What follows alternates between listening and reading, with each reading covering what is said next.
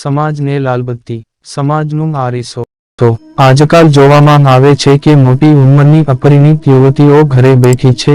જો હજુ પણ વાલીઓ નહીં જાગે તો સ્થિતિ વધુ વિસ્ફોટક બની શકે છે.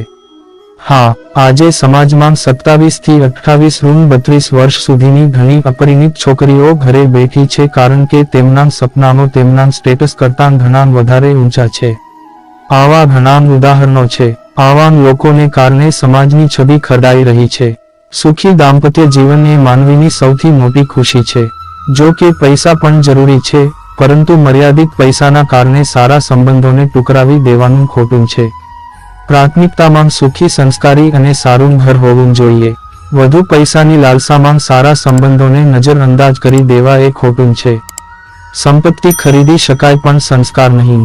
હા, હું માનું છું કે કુટુંબ અને છોકરો સારા હોવા જોઈએ, પરંતુ વધુના ચક્કરમાં સારા સંબંધો હાથમાંથી જવા ન દો. તારક ચિહ્ન સુખી દાંપત્ય જીવન જીવો. 30 વર્ષની ઉંમર પછી લગ્ન નથી થતાં, સમાધાન થતાં હોય છે અને મેડિકલ કન્ડિશનથી પણ જોવામાં આવે તો તેમાં પ્રજનન જેવી ઘણી સમસ્યાઓ પણ ઊભી થતી હોય છે.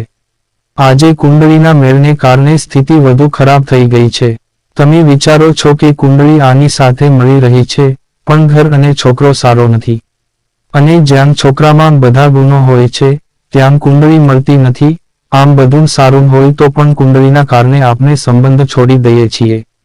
તમે વિચારો કે જેમને 36 માંથી 20 અથવા તો 36 ગુણો મળ્યા હોય, તેમ છતાં તેઓ તેમના જીવનમાં પણ સમસ્યાઓનો સામનો કરી રહ્યા છે, કારણ કે તમે છોકરાના ગુણો જોયા ન હતા. આ પંડિતોએ શિક્ષિત આધુનિક સમાજને વધુ એક સદી પાછળ ધકેલી દીધો છે. કુંડળીના મેળને કારણે સારા સંબંધો સંભવ નથી. આજકાલ સમાજમાં લોકો દીકરીના સંબંધ માટે છોકરો 24 કેરેટ સોના જેવો જોવા જાય છે.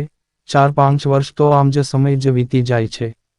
તેઓ ઉચ્ચ શિક્ષણ કે નોકરી ના નામે સમય પસાર કરે છે. વાહિયાત પ્રશ્નો સાથે છોકરાઓ જોવાની સ્ટાઇલ પણ સમય પસાર કરવાનો અનોખો દાખલો બની ગઈ છે. તમારું પોતાનું ઘર છે કે નહીં?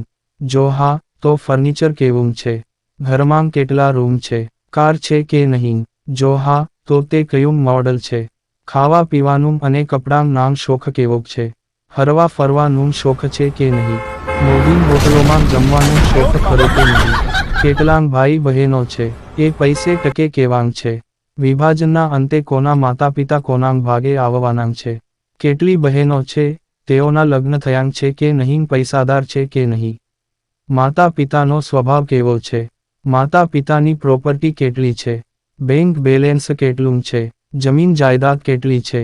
કોના નામ પર છે? જાણે કે માતા પિતાની સાથે પરણવાની ન હોય. પરિવારના સભ્યો, સંબંધીઓ અને મિત્રો આધુનિક વિચારોના છે કે નહીં? ઊંચાઈ કેટલી છે? રંગ કેવો છે? શિક્ષણ, કમાણી, બેંક બેલેન્સ કેટલું છે? છોકરા છોકરી સોશિયલ મીડિયા પર એક્ટિવ છે કે નહીં? તેના કેટલા મિત્રો છે? દરેક બાબતની ઝીણવટભરી પૂછપરછ પૂર્ણ થયા પછી પણ કેટલાક પ્રશ્નો પૂછવામાં અને સોશિયલ મીડિયા પર વાતચીતમાં વધુ સમય પસાર થાય છે. હવે આ પરિસ્થિતિઓ વિશે તો શું કહેવું? માતા પિતાની ઊંઘ 30 વર્ષની ઉંમર બાદ જ ખુલે છે. અને 4-5 વર્ષની આ દોડ છોકરાઓની યુવાની બરબાદ કરવા માટે પૂરતી છે. જેના કારણે સારા સંબંધો હાથમાંથી નીકળી જાય છે અને માતા પિતા જાણે અજાણે પોતાના સંતાનોના સપનાને ચકનાચૂર કરી દે છે. આના માટે જો પ્રથમ જવાબદાર હોય તો છોકરીની મમ્મી. ટીવી સિરિયલો તેમજ કિટી પાર્ટી જોઈને છોકરીઓને આવી વાહિયાત શીખવીને છોકરીઓને બગાડવામાં પ્રથમ તારક ચિહ્ન મમ્મીઓ. તારક ચિહ્ન પોતે ભલે અભણ હોય, ઇંગ્લિશનું એ પણ ન આવડતું હોય.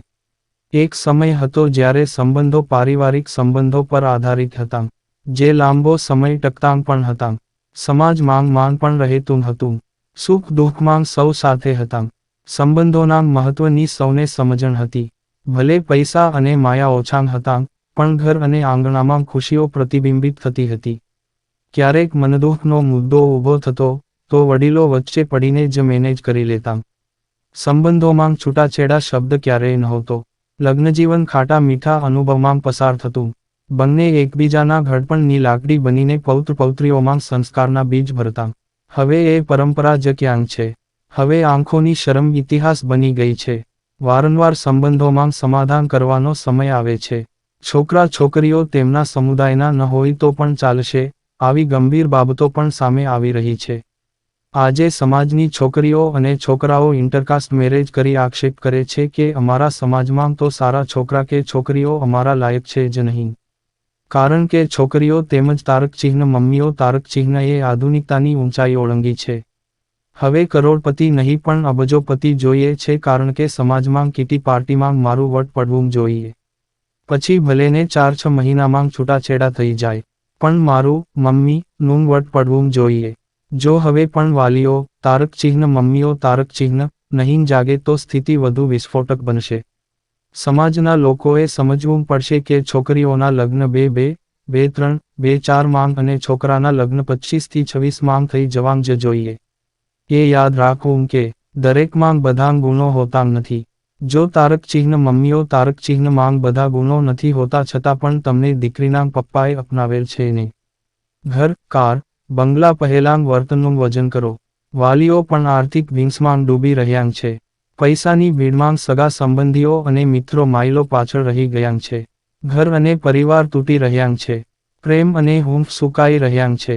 આ પેઢીએ પરિવારોનો એવો તમાશો કર્યો છે કે આવનારી પેઢીઓ સંસ્કાર કે ગોત્ર ને પુસ્તકો માંગ જ વાંચશે.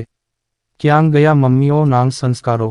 આ કોઈના ઉપર નથી પણ સમાજની વાસ્તવિકતા છે માટે જાગો અને દીકરા દીકરીને સમજાવીને સંસારમાં ગોઠવો અને ખાસ મમ્મીઓને